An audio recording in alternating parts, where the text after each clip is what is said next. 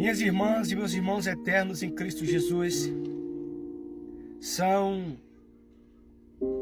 3:30 da manhã, glória a Deus, passando aqui para deixar uma palavra de Deus poderosa para a tua vida, para a sua meditação, que essa palavra ela possa realmente ser eficaz e mais afiada que uma espada de dois gumes, ao ponto de cortar, penetrar corpo, alma juntas e medula. Essa palavra ela tem a capacidade, o poder de fazer aquilo que eu não consigo, que eu sou incapaz de fazer. E a palavra do Senhor ela pode fazer, tem o poder, é o poder para fazer infinitamente mais. E a palavra do Senhor se encontra no livro de Mateus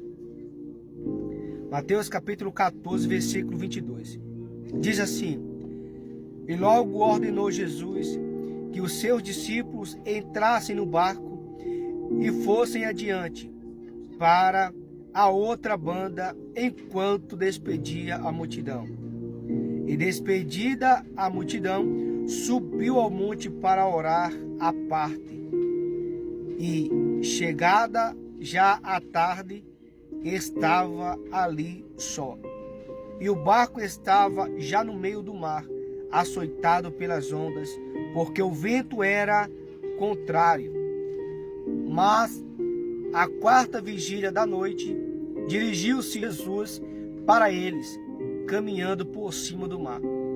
E os discípulos, vendo caminhar sobre o mar, assustaram-se, dizendo: É um fantasma, e gritaram com medo. Jesus, porém, lhe falou logo, dizendo: Tende bom ânimo, sou eu, não temais. Aleluia. Meus irmãos, veja bem, essa passagem que nós acabamos de ler aqui é o que acontece logo após Jesus multiplicar os pães e os peixes para uma grande multidão.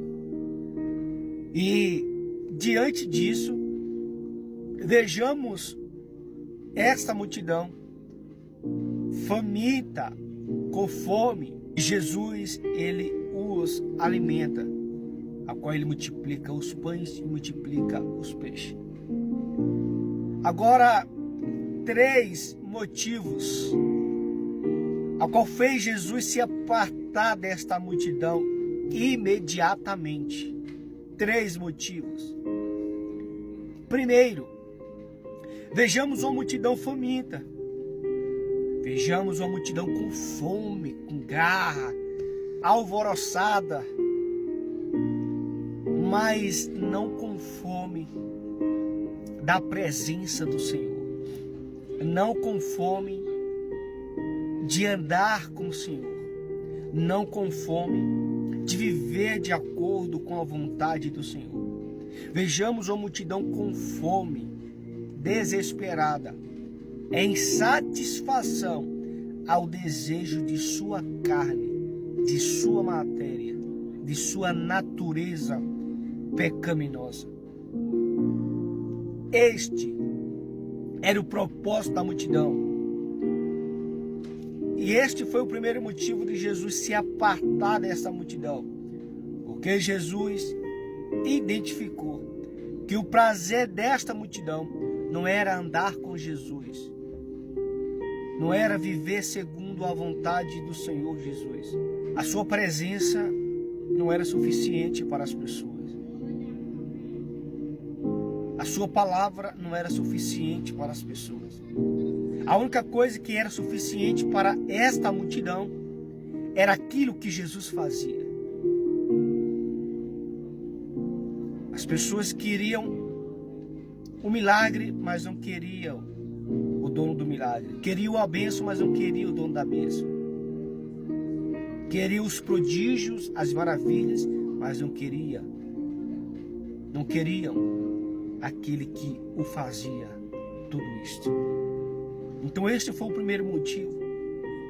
Eu não sei qual o propósito que você tem ido à igreja. Eu não sei quantas vezes você tem ido na semana. Eu não sei qual o seu objetivo, mas de uma coisa é certa e uma coisa eu sei. Se o propósito de você ir para a igreja for para a satisfação de sua carne e da sua natureza pecaminosa, você será abandonado pelo Senhor. É isto mesmo que você ouviu. Você será abandonado pelo Senhor. Mas veja que antes do Senhor abandonar a multidão, abandonar entre aspas, no sentido de que se não quer nada com a minha palavra, se não quer nada com a minha presença, se não quer nada com aquilo que o Pai me enviou, não tereis nada comigo. Se este for o seu propósito, a satisfação da sua carne, da sua natureza pecaminosa, status, seja lá o que for, se o seu propósito for fora da espiritualidade para a honra e a glorificação do Senhor, você estará caminhando para o abismo. Mas se o propósito de você está no templo do Senhor, ir à casa do Senhor, ajudar o próximo, seja o que for para a glorificação do Senhor, for para exaltar o Senhor, você está no caminho certo. Da mesma medida que você está honrando o Senhor irá te honrar. Você queira ou não, o Senhor irá te honrar. Então que o seu propósito seja, em tudo que você fizer, no que diz respeito à palavra, a Deus, seja para a glorificação do Senhor. Então este foi o primeiro motivo. O segundo motivo a qual Jesus resolveu se apartar da multidão. O segundo motivo a qual Jesus resolveu imediatamente mandar os seus discípulos irem para o outro lado do lago, irem para o mar, foi a preservação da vida dos discípulos. Mas como assim a preservação? Em que sentido? Vejamos um povo corrompido. Vejamos um povo vivendo segundo a natureza pecaminosa. Vejamos um povo vivendo segundo os seus prazeres carnais e não segundo a palavra do Senhor.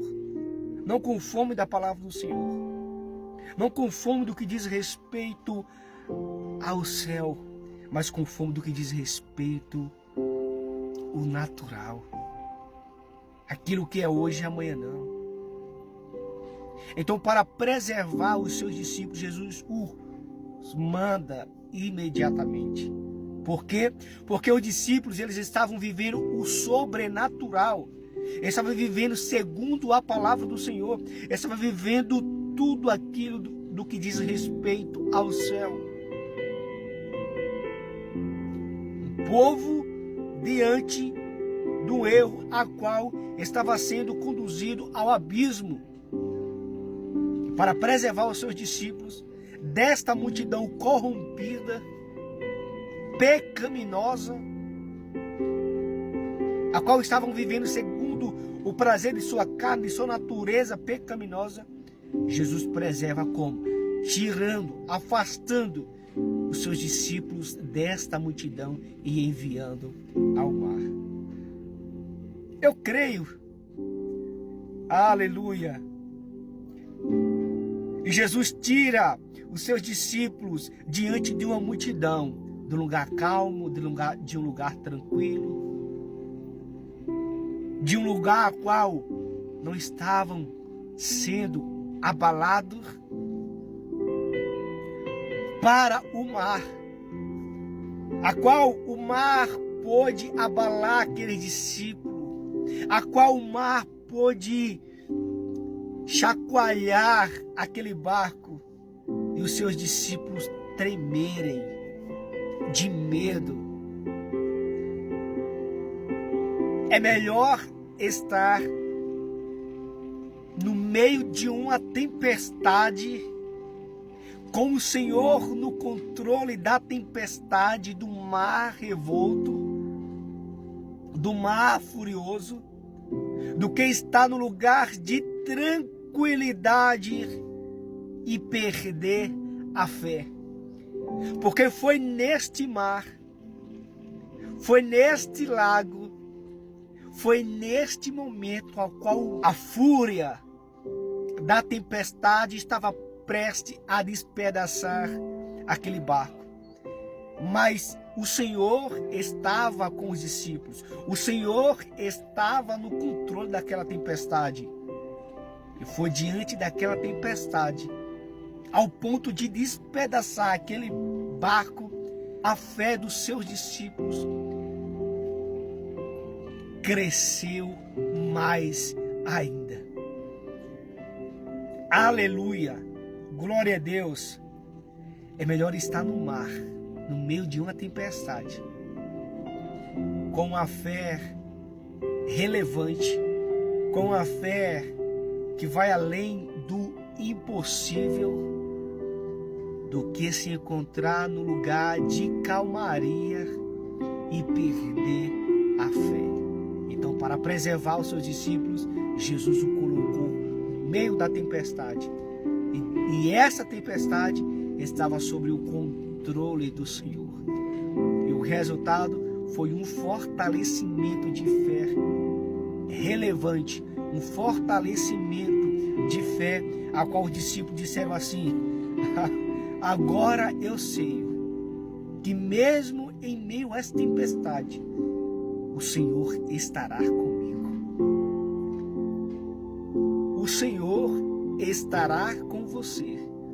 O Senhor está com você. Eu não sei o tipo de tempestade que você está enfrentando. Eu não sei o tipo de tempestade. Eu não sei se é o problema no casamento. Eu não sei se é a tempestade segundo o seu casamento, no seu relacionamento, no seu trabalho, na sua vida espiritual. Eu não sei em qual área. Eu não sei qual o ponto que essa tempestade chegou a abalar a sua estrutura. Mas eu quero te dizer que o Senhor, Ele está no controle desta tempestade furiosa sobre a sua vida. E isto que está acontecendo é para a glorificação e a exaltação do Senhor. Calma, não se desespera. O Senhor está contigo. Clama-o e Ele chegará a vós. Aleluia. Agora o terceiro motivo que Jesus resolveu apartar da multidão. O terceiro motivo foi a tentação. Isso mesmo que você ouviu. Jesus, ele estava sendo tentado. Jesus, ele estava sendo tentado. Vejamos a qual você conhece bem, eu creio. A tentação que Jesus sofreu no deserto. E Jesus resistiu na palavra. Mas esta tentação, Jesus, ele resistiu. Aleluia. Glória a Deus. Jesus, ele resistiu de outra forma. Aleluia. Na verdade é uma engrenagem. Aleluia. E tudo coopera para o bem daqueles que amam a Deus. E qual foi a tentação? Vejamos que o povo queriam forçadamente tornar Jesus rei. Não o rei como Salvador. Não o rei como enviado pelo Pai. E este é aquele que havia de vir. Não. Mas o rei, do que diz respeito à natureza pecaminosa, o rei do que diz respeito à satisfação de sua carne, o rei do que diz respeito à satisfação dos seus prazeres. E a multidão tentando,